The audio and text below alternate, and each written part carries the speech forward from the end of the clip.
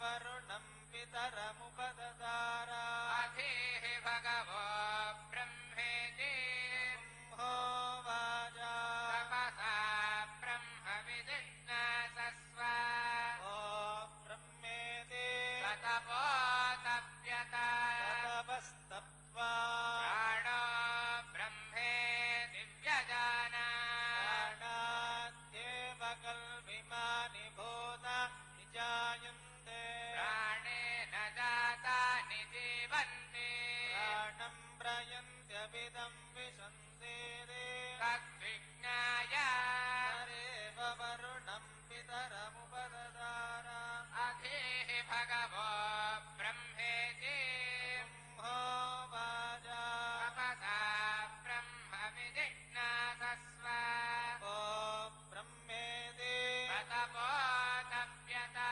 तपस्तप्त्वा मनो ब्रह्मेति व्यजानात् मनसोऽग्येव कल्विमानि भूतानि जायन्ते मनसा जातानि जीवन्ति मनः प्रयन्त्यभिदम् विशन्ते तद्विज्ञाय हरेव वरुणम् पितरमुपददार अधीः भगवो ब्रह्मेति होवाजा तपसा ब्रह्म विजिज्ञासस्व ओ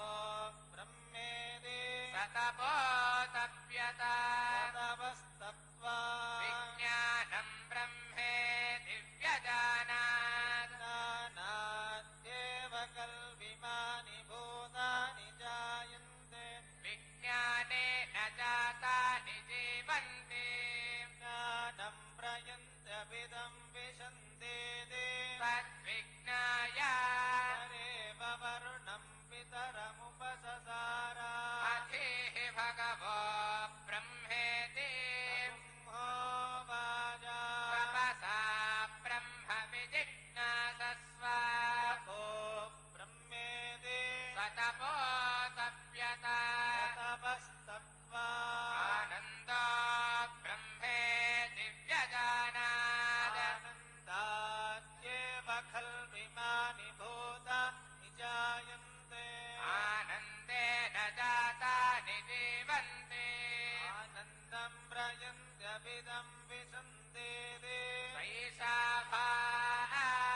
भार्गवीवारुणी विद्या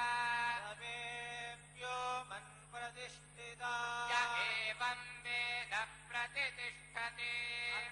अन्नपानन्नादो भवति महान् भवति प्रजया पशुभिर्ब्रह्मवर्चसेन कीर्त्या अन्नन्न निन्द्यात् व्रतम् प्राणो वा अन्नम् शरीरमन्नादम् प्राणे शरीरम् प्रतिष्ठितम् शरीरे प्राणप्रतिष्ठितः तदेतदन्नमन्ये प्रतिष्ठितम् स य एतदन्नमन्ये प्रतिष्ठितम् वेद प्रतिष्ठति अन्नवानन्नादो भवति महान् भवति प्रजया पशुभिर्ब्रह्मवर्चसेन महान्